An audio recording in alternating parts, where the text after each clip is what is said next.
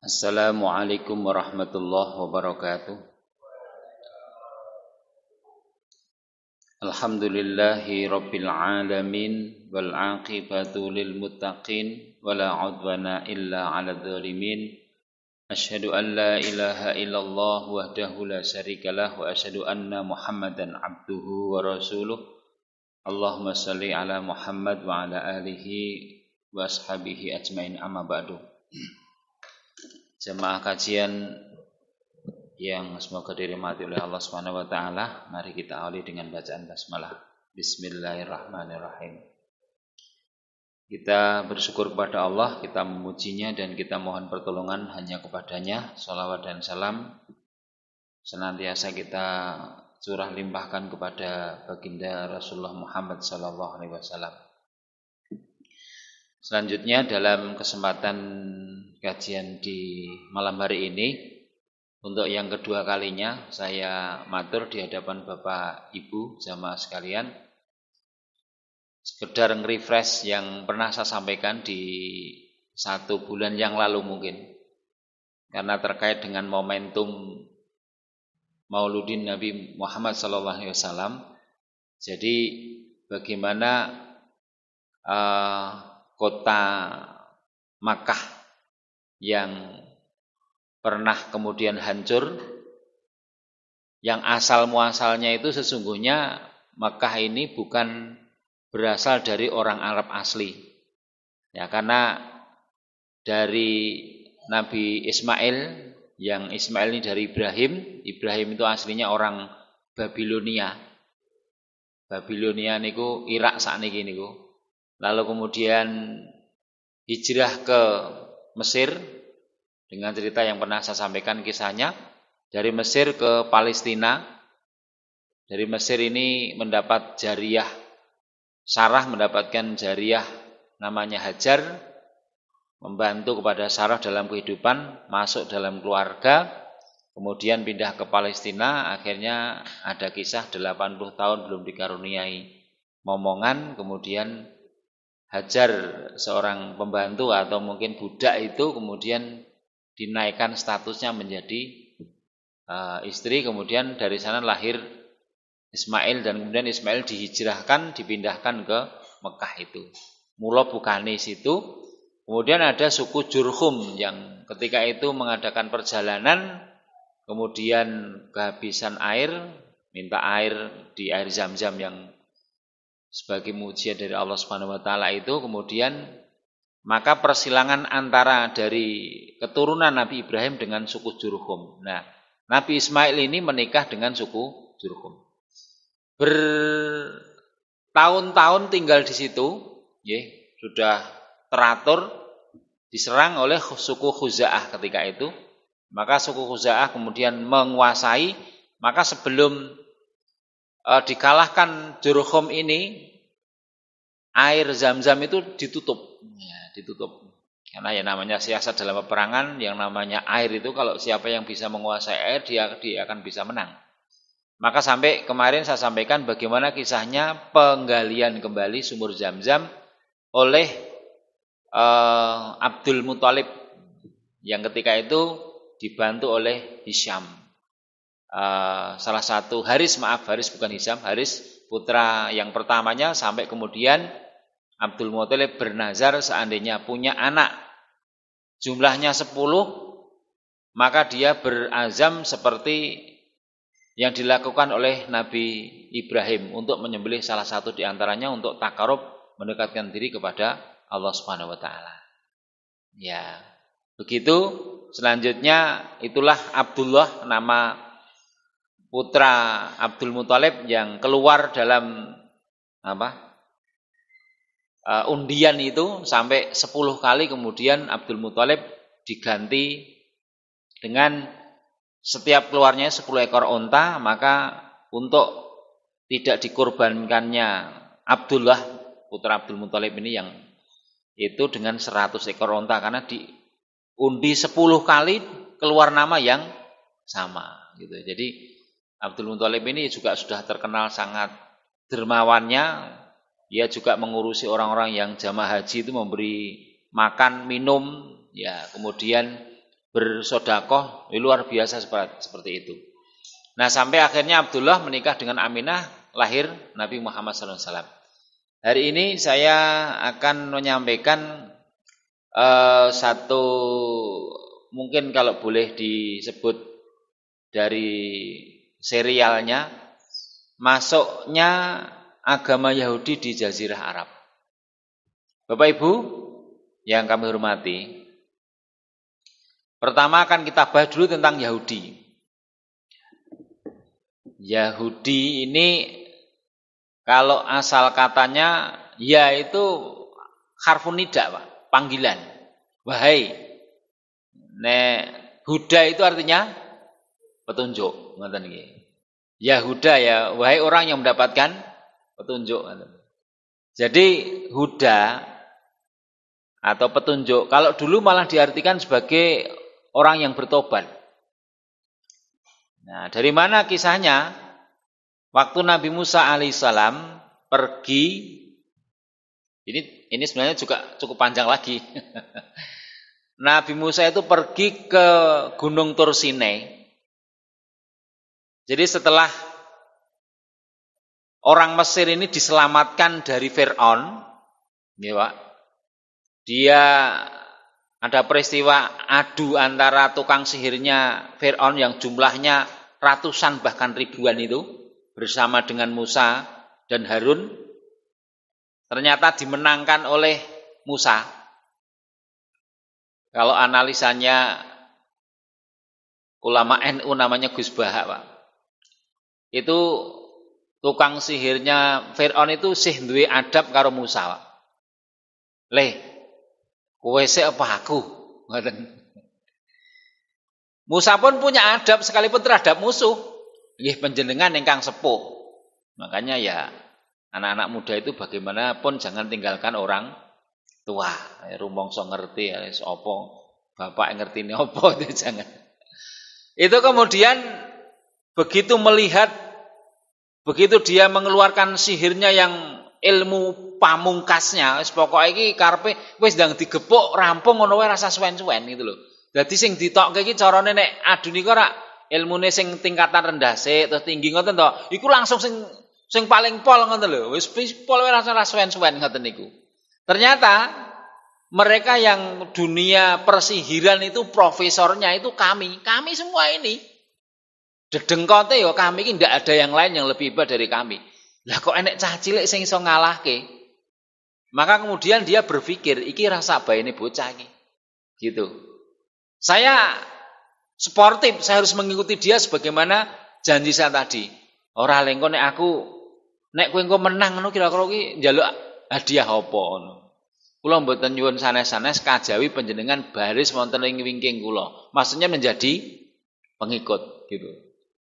Begitu melihat dia terbelalak dan kemudian dia, wah iki ora sak baene bocah. Maka kemudian dia baris di belakangnya Musa. Fir'aun marah, la uqati annahum min khilafin, kowe tak bakal tak tugel tangan karo sikilmu bersilang. Nek tak tugel tangane tengen sing sikil kiwa nih ditugel. Dadi pripun, Pak? Nek mlaku niku mak cancik ketantil ngene lho, cancik ketantil. Dadi apa ya? Puas, Fir'aun itu puas loh, leng-leng napa sing nyiksa niku puas gitu.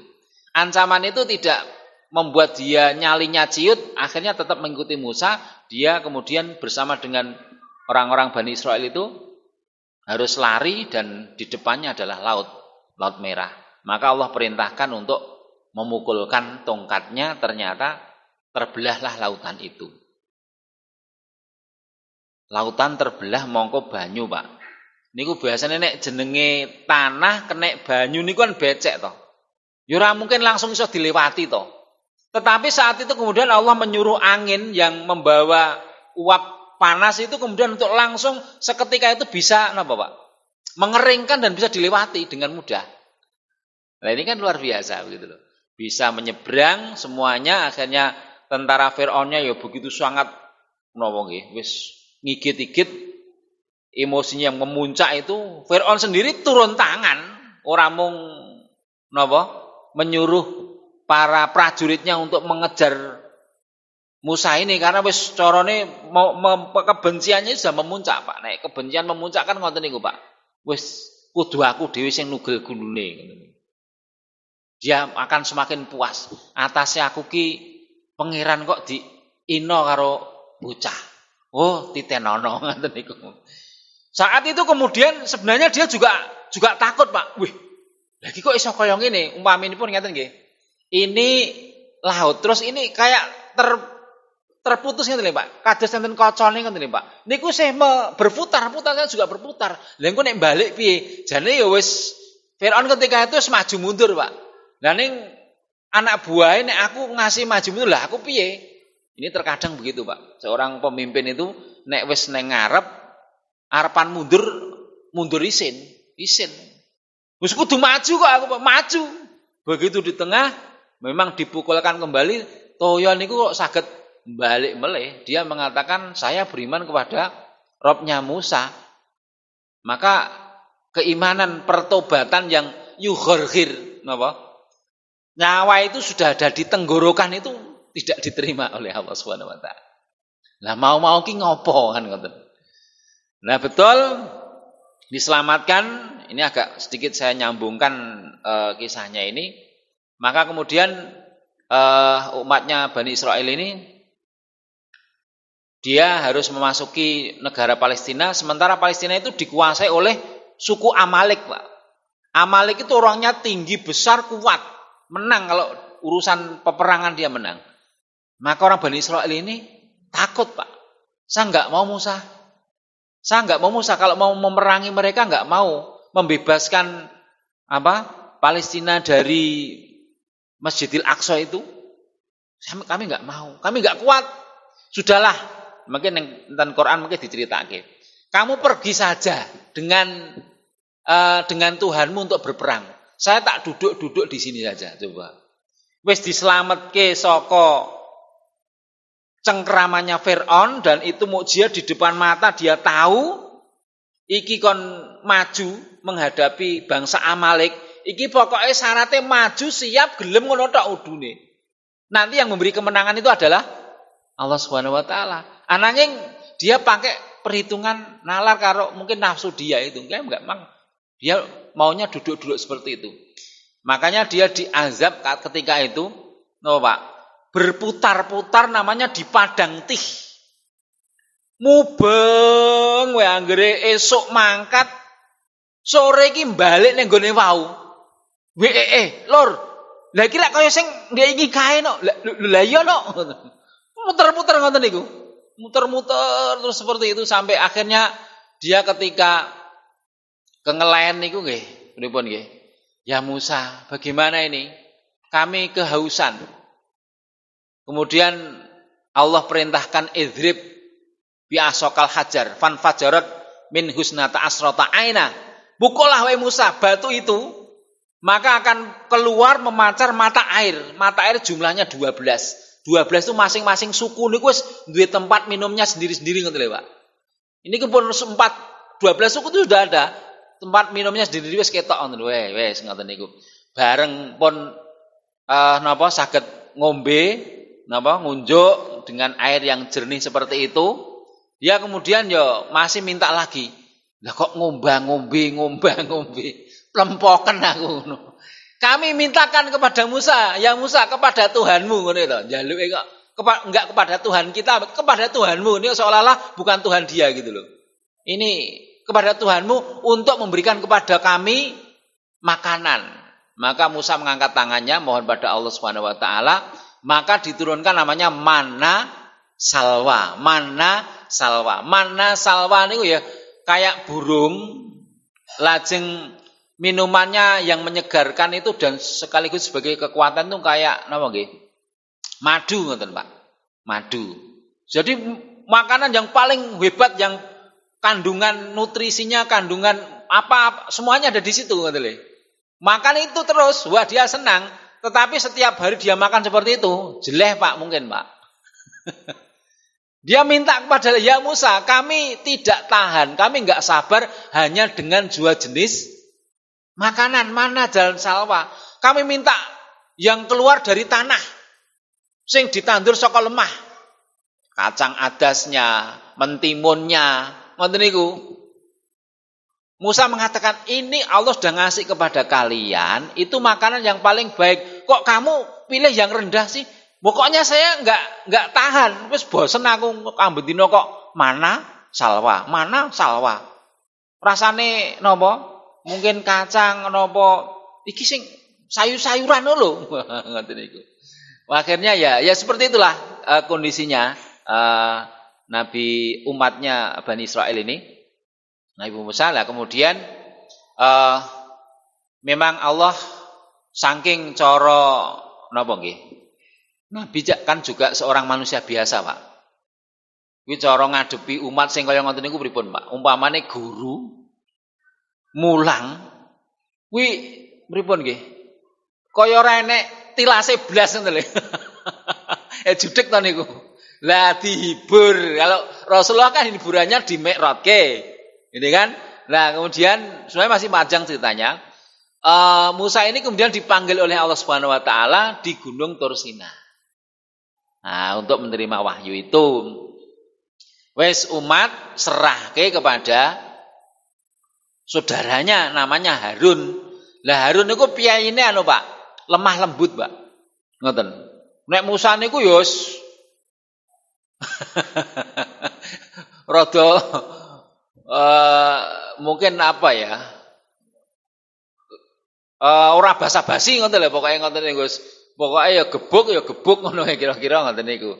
Nah, kemudian ketika mendapatkan wahyu selama kurang lebih 30 hari dan kemudian ditambah lagi 10 hari berarti 40 hari. Ini umatnya Nabi Musa ini, Pak. Niku ada seorang tokoh saat itu yang ditokohkan, ya sugih duwe kasinungan bondo ya donya.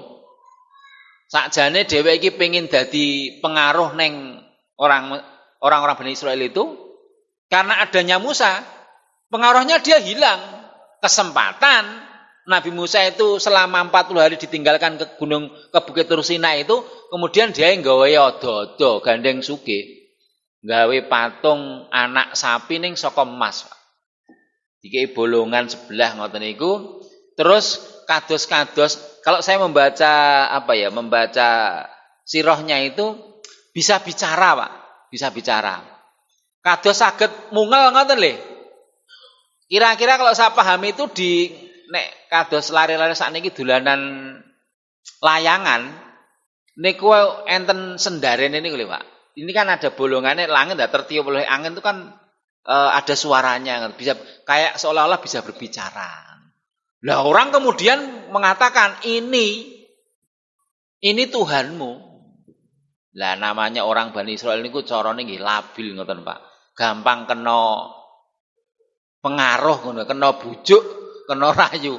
Akhirnya dia ngerumpul, nggumun terkagum-kagum, heran dengan buatannya Samiri itu. Samiri ini kan kemudian ada istilah sekarang jadi paman Sam. Negara paman Sam niku pundi, Pak? Niku sing gawe-gawe odo-odo sing gawe pengiram-iram sing neko-neko ngoten niku. Nah, ini kemudian mereka sudah diingatkan oleh Nabi Harun, tapi Nabi Harun ini tidak kuasa. Saking nggih lembut ngoten niku wau. Lah begitu Musa datang kaget, lah wong kok ora do neng masjid umpamane sak malah ngrubung neng kene. Iki Harun tuh sampai dicekel ngeten iki, Pak, napa? Dicengging ngoten iki. Kowe gaweanmu takon angon umat kok malah do kaya ngene iki pripun? Kemudian Harun mengatakan, wahai saudaraku, wahai anak pamanku. Sesungguhnya saya ini sudah mengingatkan kepada mereka berkali-kali. Ning panjenengan niku nggih ngertos piyambak to wateke kaya ngoten niku, wangele pol ngoten niku wau. Saya sudah tidak napa nggih, ora kurang-kurang ngen kula niku napa? Ngelekke, ngemutke. Nggih, ngandani nek salah niku ora kudune di napa, Pak? Dikandani nggih. Kalau suami istri itu misalnya salah kan dikandani. Dikandani napa dikandakne? Napa dikandak-kandak nih? Niku benten ya. Kalau di kandani itu kan dinasehati, dikasih masukan. Nek dikandak nih kan kandak ke wong. Nek dikandak-kandak ke malah diceritake wong. Nah, maka kemudian Samiri ini dikatakan oleh Nabi Musa alaihissalam, kemudian dirusak patung sapi itu, dan itu tidak membawa apa ya, cara jone bilai ora apa-apa, maka kemudian orang ini perbuatan kesyirikan, kamu harus kembali. Kemudian Samir ini diusir oleh Nabi Musa. Maka nanti ada Pak, pertobatan model umatnya Nabi Musa niku harus membunuh dirinya. Seperti itu. Nah, ini pada masa Rasulullah, Nabi Muhammad, Nabi terakhir, ini tidak ada model pertobatan dengan cara membunuh diri, itu tidak ada. Kalau mungkin ada nanti satu sekte yang mengajarkan untuk bertobat dengan cara menyakiti diri atau membunuh diri, itu berarti sebuah sekte aliran sesat. Salah satu cirinya gitu. Karena memang pada masa Nabi Muhammad ini dihapuskan seperti itu. Selajengipun di Mesir, di perbatasan Mesir dan Israel terkenal dengan gunung-gunung batu yang besar. Nabi Musa alaihissalam waktu pergi menerima Taurat di sana selama 40 hari, 40 malam, dalam Al-Quran ini disebutkan juga, dia meninggalkan adiknya Nabi Harun tadi, ada Harun alaihissalam untuk menjaga kaumnya, tapi Nabi Harun alaihissalam bukan seorang figur yang seperti Nabi Musa yang begitu sangat disegani kalau sama ulamatur. Di antara Bani Israel ini ada satu orang bernama Samiri tadi, yang tokoh masyarakat, orang kaya, salah satu dari kepala suku, kan beberapa suku itu dia terkenal, dia melihat ada kesempatan Musa untuk dia bisa naik. Nah, ini mempergunakan kesempatan dalam kesempatan. Maka dia ingin membangun dinasti kejayaannya, ya ini kesempatan. Lalu dia buat patung sapi dari emas karena dia kaya raya, lalu dia bilang kepada Bani Israel bahwa ini adalah Tuhan. Maka Musa juga menyuruh kemudian disuruh pergi. Nah, Bapak Ibu yang kami hormati, 40 hari kemudian Nabi Musa kembali. Nabi Musa kaget melihat sudah ada patung itu ditaruh di api di sekitarnya dan disembah. Nabi Musa langsung kumpulkan Bani Israel, ada ditanya, kok enek kaya ngene iki dadian iki piye? Lara-larae piye? Dari mana ini? Kemudian dia menunjuk Samiri itu, mereka semua itu kemudian Samiri ditanya di depan Bani Israel, kenapa kamu lakukan ini? Dia menjawab, ya tiba-tiba saja terlintas dalam benak saya. Saya pikir ini adalah wahyu. Seolah-olah dia mengatakan mendapat wahyu atau seperti nabi gitu ya. Maka kata Nabi Musa alaihissalam, sungguh yang kamu buat ini akan kami hancurkan karena dia adalah perbuatan syirik kepada Allah dan kamu akan kami hukum. Sekarang keluarlah. Samiri disuruh keluar, kemudian ringkasnya, kisahnya setelah dijelaskan di Dodok Selai dengan Nabi Musa ini perbuatan syirik dijelaskan terus menerus. Bani Israel kemudian merasa bersalah. Mereka bertanya, hai Musa, nek pun ngeten iki terus apa yang kami lakukan? Nah, Nabi Musa mengatakan kamu harus bertobat kepada Allah. Lalu Bani Israel itu mengucapkan kalimat itu ada di dalam Al-Quran, inna hudna ilaik, kami bertobat kepadamu.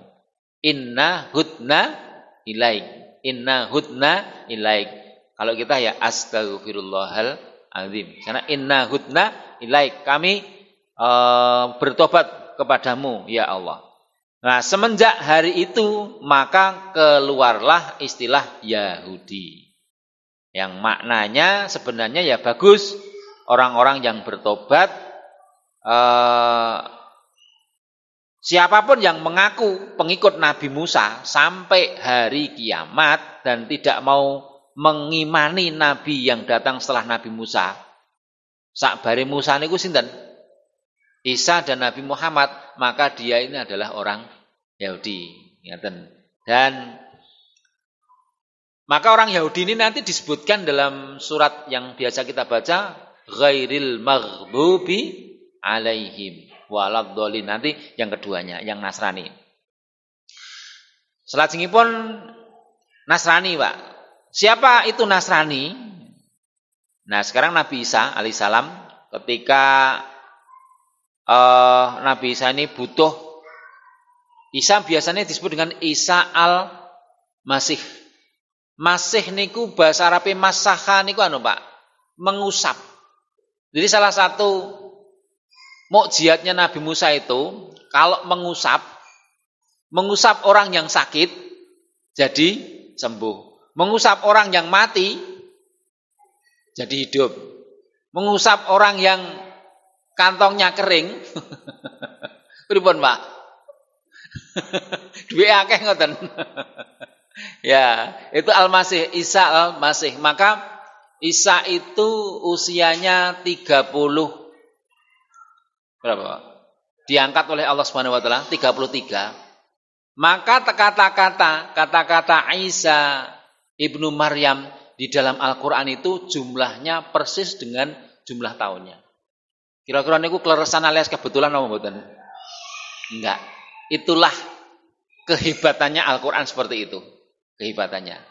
Maka kalau Isa wonten ing surat As-Saff ayat nika, ya bani Israil inni rasulullahi ilaikum musaddiqan lima baina yadayya minat Taurat wa mubasysyiran bi rasulin ya'ti min ba'di ismuhu Ahmad falamma ja'ahum bil bayyinati qalu hadza sihrun mubin. Ya Bani Israil. Wahai Bani Israil, beliau mengatakan seperti itu karena Musa ini tidak punya nasab atau jalur keturunannya, karena beliau terlahir dari seorang ibu Maryam, yang ibu Maryam itu hamilnya tidak disentuh oleh seorang laki-laki pun.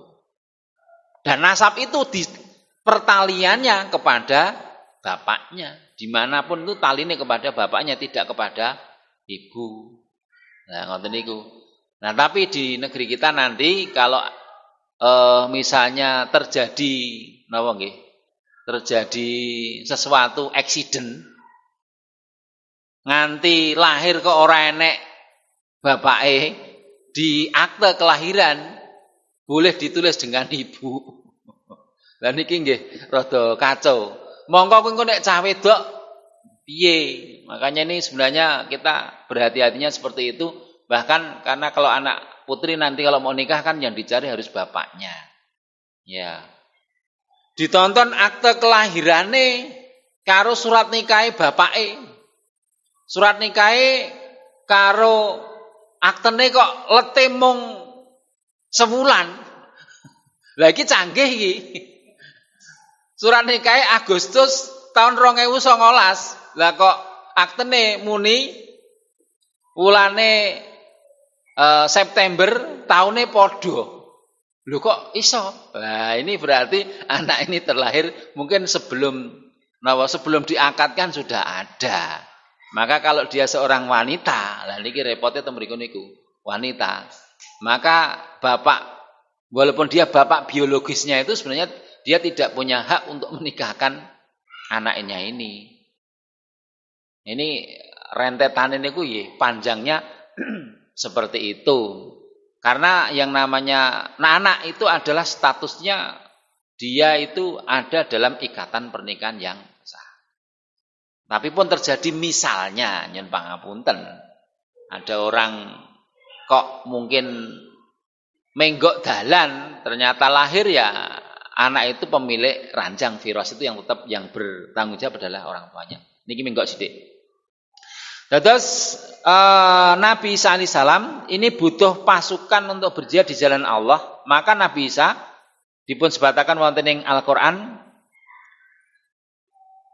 Beliau mengatakan man ansori ilallah. Wa idh qala Isa bin Maryam, sing niki termasuk urutan nggih surat As-Saff meh ayat terakhir nika. Man ansori ilallah. Sapa sing gelem nulungi aku wonten ing marginipun Allah. Jadi kata-kata ansor itu berarti penolong. Kata-kata ansor niku saking kata nasoro yansuru unsur nek nggen bahasa Arab ngoten niku nggih. Unsur la tansur dan seterusnya nanti ada tasrif lughawi kare tasrif istilahi. Maka nasoro itu artinya ya menolong. Nanti kalau ada muhajirin sama ansor ngoten nggih. Ansor berarti penolong. Jadi kata-kata nasoro itu diambil dari kata-kata nasoro yansuru artinya memenangkan atau menolong. Akar katanya kalau sampun kula aturaken baik juga sebenarnya. Karena Nabi Isa alaihissalam mengatakan siapa yang mau menjadi penolong agama Allah. Qalal hawariyuna, maka orang-orang hawariyun mengatakan nahnu ansarullah. Berkatalah orang hawariyun, sahabat-sahabat Nabi Isa alaihissalam, sahabat setianya itu disebut dengan al hawariyun. Kamilah penolong yang menjadi penolong agama Allah. Keluarlah maka istilah Nasoro itu. Dari dua kelompok ini, kelompok yang pertama Yahudi kalian Nasrani, ini disebutkan oleh Abdullah bin Abbas radhiyallahu anhu wonten ing tafsir surat Al-Fatihah menika bilih kalimat terakhir Al-Fatihah ghairil maghdub kalih alaihim waladhdallin, bukan orang-orang yang engkau murkai ya Allah, mereka adalah Yahudi. Sing dimurkai niku Yahudi, sing waladhdallin orang yang tersesat itu adalah orang-orang Nasrani. Nah, menapa sebabipun? Padahal tadi kalau kita lihat akar katanya artinya Yahuda tadi petunjuk atau bertobat. Lajeng Nasoro tadi penolong Allah. Kenapa Ibnu Abbas mengatakan begini? Kok itu yang dimurkai dan disesatkan? Ya karena orang Yahudi itu mereka sesungguhnya mengenal Nabi Muhammad SAW, tahu tentang risalahnya, tetapi tidak mau beriman. Alasannya pun menapa? Alasannya cuma satu, fanatisme. Fanatisme itu ya kesukuan. Nah, orang-orang yang menempati kota Madinah, itu ada orang Yahudi, nanti ada 3 besar Yahudi, Bani Quraidah, Qunaiqa, kalih Bani Nadir. Ini pada saat nanti peperangan Azab utawi perang Khandaq, kan pun terikat oleh perjanjian jenenge Misak Madinah lah, perjanjian Madinah.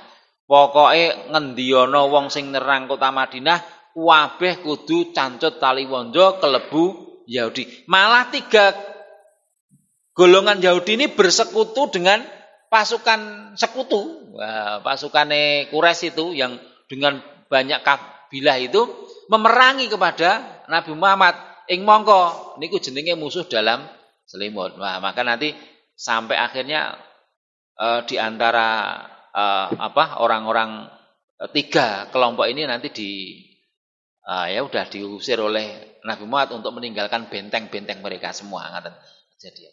Nah, kelajenganipun dados kalau orang Yahudi seperti itu Pak, fanatisme. Mereka selalu mengelu-elukan akan datangnya seorang nabi, ya, seorang nabi yang di kota Madinah itu, mereka berharap nabi terakhir nanti yang akan keluar dari Jazirah Arab, tepatnya di kota Madinah itu harus dari keturunan Bani Israel. Karena memang Bani Israel itu kan lahir para nabi, Pak. Jalur saking ibu Sarah. Ngoten nggih. Kan saking Nabi Ibrahim, kemudian ibu Sarah itu tumurun Ishak. Ishak terus Yakub. Nah, Yakub niki lah yang kemudian mempunyai 12 tadi itu, keturunan itu. Kok ternyata itu datang bukan dari ibu Sarah, tetapi dari ibu Hajar yang namanya Ismail itu, maka kemudian dia menolak sekalipun itu dia tahu. Ngoten niku, Pak. Mila menika dipun dinas di dalam Al-Qur'an. Ternyata Nabi Muhammad SAW itu jalur yang kedua tadi dari jalur dari ibu Hajar. Ismail dari tidak ada keturunan Nabi sampai tibanya Nabi Muhammad sallallahu alaihi wasallam. Nah, terus kalau tadi Yakub datang Yusuf, terus Musa, Daud, Sulaiman, Isa. Nah, kalau dari Nabi Muhammad sallallahu alaihi wasallam itu jalurnya ya cukup dari Nabi Ismail.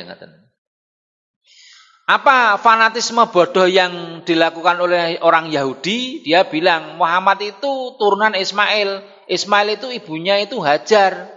Hajar itu kan bekas budaknya Sarah. Ya mestinya turunan Sarah. Ini kan konyol. Ora cetha kan ngoten. Makanya Allah mengatakan dalam Al-Qur'an tentang sifat mereka orang Yahudi ini mengenal Nabi Muhammad seperti mengenal anak mereka sendiri. Jadi nek kan ngertos putrane piyambak itu kan tahu ngedusi nenggon selangkangane nek toy ibaratnya ngertos ngoten lho Pak. Nek sombeni bakal ketekanan Nabi sing sifate kaya ngene iki. Kan di surat As-Saff itu kan ya Bani Israila inni Rasulullah ilaikum wahai Bani Israil aku ki utusan Allah kepada kamu. Tugasku musaddiqal lima baina yadaya minat Taurat. Saya membenarkan kitab sebelumnya dari Taurat. Karena dia Injil, sebelumnya sudah ada Taurat, dibenarkan. Wa mubasyiron dan memberi kabar gembira kepada kalian akan datang setelahku yakti mim ba'dismuhu Ahmad yang namanya Ahmad. Nah, mun disebat kita meringu niku.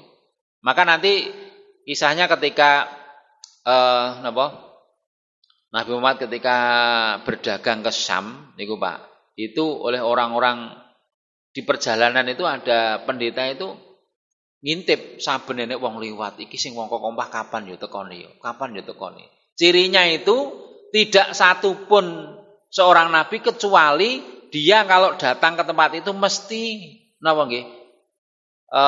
Di itu ada sebuah pohon itu lho Pak. Carane napa nggih?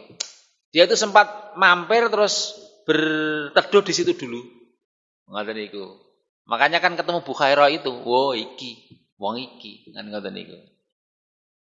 Kemudian selanjutnya apa? Mereka tahu ini Muhammad, beliau adalah seorang nabi, mestinya dia harus mengimani, tetapi dia kemudian mengingkari. Maka ya inilah kemudian dia mendapatkan kemurkaan dari Allah Subhanahu wa taala. Waladhdallin, orang-orang yang sesat yang dimaksud adalah orang Nasrani karena mereka mau mendakwahkan agama mereka tapi mereka tidak paham. Kok orang paham pripun? Dipun riwayataken di Muslim itu yang berbunyi semua nabi sebelumku kata Nabi Muhammad SAW itu mempunyai utusan napa nggih? Mempunyai wilayah tertentu, nggih. Enek sing bareng, nggih. Lokasi dakwahnya niku satu generasi, ning lokasi ini beda-beda. Ada yang satu generasi itu saja. Tetapi kalau untuk Nabi Muhammad SAW ini sifatnya adalah setelahnya khatamul anbiya al mursalin mboten enten nabi setelahnya ya berlaku untuk sepanjang masa dan sepanjang zaman, tidak ada batas teritorial ngoten. Lah sementara mereka sih melokalisir niku terus ngoten. Carane niki pun all of date. Sudah tidak lagi napa? Nek bahasane expired, Pak. Wis ora wis kadaluwarsa ngoten lho, kadaluwarsa. Nah terus menawi cobi kita lihat nabi yang sezaman, ya ada yang sezaman nggih. Nabi Zakaria, Nabi Yahya. Niku hampir sezaman dengan Nabi Musa, Nabi Harun itu sezaman. Khidir. Lajeng Nabi Ibrahim alaihissalam niku sezaman dengan anaknya Ismail, sezaman juga dengan Nabi Lot. Nabi Lot. Itu satu zaman. Satu napa nggih? Tetapi di lokasi yang berbeda. Makanya ketika kisahnya kan malam-malam kedatangan tamu, ngoten to? Nabi Ibrahim ini kedatangan tamu. Lajeng diketuk pintunya, dibukakan, begitu dibukakan, dipersilakan masuk, dipanggangke anak sapi pedet. Sembelih kesik dipanggangke. Wis nek mriki kambing guling mriko pedet guling. Balibul bawah 5 bulan niku sih kemriuk. Wae sih napa sih empuk ngoten niku. Begitu dihidangkan kan termasuk kelebihan Nabi Ibrahim itu kan menghormati tamu, Pak. Mong disawang. Lah monggo. Bola-bali monggo ki mung disawang tok. Pangapunten Mas Ibrahim. Daharan kula niku mboten ngeten iki. Lah napa? Apa panganane jambu dipa nirmala karo pelem pertangga jiwa? Kuwi panganane para dewa. Ndak, kami ini malaikat. Kami tidak punya hajat makanan seperti yang jenengan hidangkan. Sepurane mungkin ngaten. Lah panjenengan didhawuhi, nggih. Saya yang pertama, kan sejaman itu. Saya pertama diberi tugas oleh Allah untuk memberi kabar gembira bahwa tidak lama lagi panjenengan kagungan putra. Ibune ten wingking mriku kaget. Pak, piye iki, Pak? Lampun boten bulanan nih, Pak. Tiba-tiba datang bulan ngoten lho. Salah satu ciri bahwa seorang wanita itu subur itu adalah datang bulan.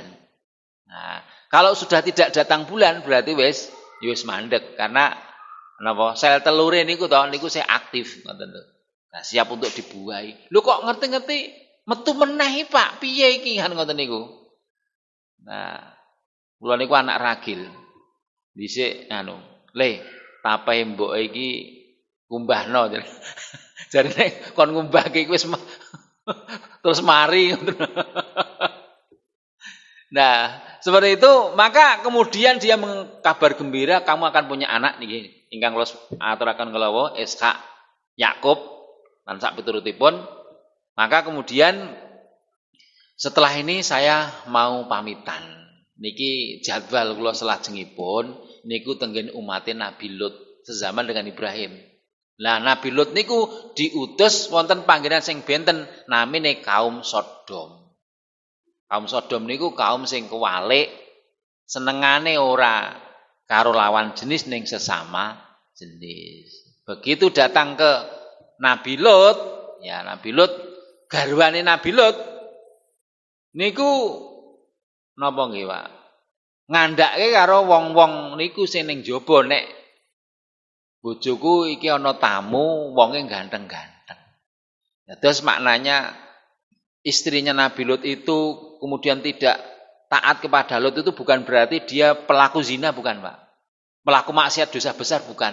Ning niki boleh, kasusnya namung niki, dia memberitahukan kepada orang-orang bahwa dia punya tamu seorang laki-laki. Makanya kemudian wong lanang-lanang niku padha njrabing pengen ketemu karo tamune Nabi Lut itu. Nabi Lut keluar. Saya itu loh punya anak gadis yang mereka suci. Silahkan salah satu di antara kalian mau saya nikahkan. Dia mengatakan tidak. Kami hanya menginginkan tamu kalian, wahai Nabi Lut. Nah, makanya kemudian diberi azab dengan hujan batu. Apakah itu nanti akan terjadi lagi? Ya, kayaknya sudah ada naga-naga ke sana karena ada apa? Kalau nanti sampai diratifikasi, diperbolehkannya, diperbolehkannya menikah sesama jenis, niku nggih pun alamat, nggih ngoten. Karena namanya tuntutan keinginan seorang laki-laki atau seorang perempuan pada lain jenis itu nek digawe bebas sebebas-bebasnya. Niku kaya teori ekonomi, Pak. Teori permintaan. Demand apa istilah niku. Terus meningkat kok nek wis ngono teko puncak titik atas itu, maka kemudian akan menurun. Begitu keinginan seorang laki-laki dengan lawan jenis itu ibaratnya ketemu wong sing model kaya ngopo wis tahu dirasake ngoten niku. Maka dia sudah tidak ada rasa lagi dengan lain jenisnya. Maka dia ada pelariannya apa? Kepada yang lain jenis. Dan itu bentuk azabnya. Seperti orang yang melakukan kemaksiatan itu, minum-minuman sing ngeten iki kan genah enak, eco, seger ngoten nggih. Karena dia punya keinginan dan kemudian dengan minuman keras itu, maka dia diazab dengan apa? merasa ketagihan dengan sesuatu yang diharamkan. Maka tidak ada rasa qanaah. Wong nek pun ngoten niku mesti wis ora duwe rasa puas, itu enggak akan pernah ada rasa puasnya. Karena nafsu niku kan kudu direm. Ora nafsu ku ora diculke. Wong kuwi gas kok nggih. Gas yo nek rime digas terus ki ngoten nggih di ampun kados tangga kula niku wis medun iki malah digas. Gas ngoten. Oh, tibane niku adole gas Pak Mari. Lah tawa-tawane kan tetep gas nanti tiba bolak-balik niku bocah ini. Masyaallah. Karena medalipun sampun ndungkap Isya, intinya sebenarnya belum sampai ke bagaimana sejarah masuknya Yahudi dan Nasrani ini ke kota Madinah, baru dari sisi penamaannya dan kenapa dua kelompok ini sampai diazab oleh Allah Subhanahu wa taala. Semoga Allah Subhanahu wa taala memberikan kekuatan kepada kita untuk tetap istiqomah di jalan ketauhidan, wala tamutunna illa wa antum muslimun. Aku lu kali hadza, kita akhiri. Subhanakallahumma wa bihamdika asyhadu an la ilaha illa anta astaghfiruka wa atubu ilaik. Alhamdulillahirabbil alamin. Assalamualaikum warahmatullahi wabarakatuh.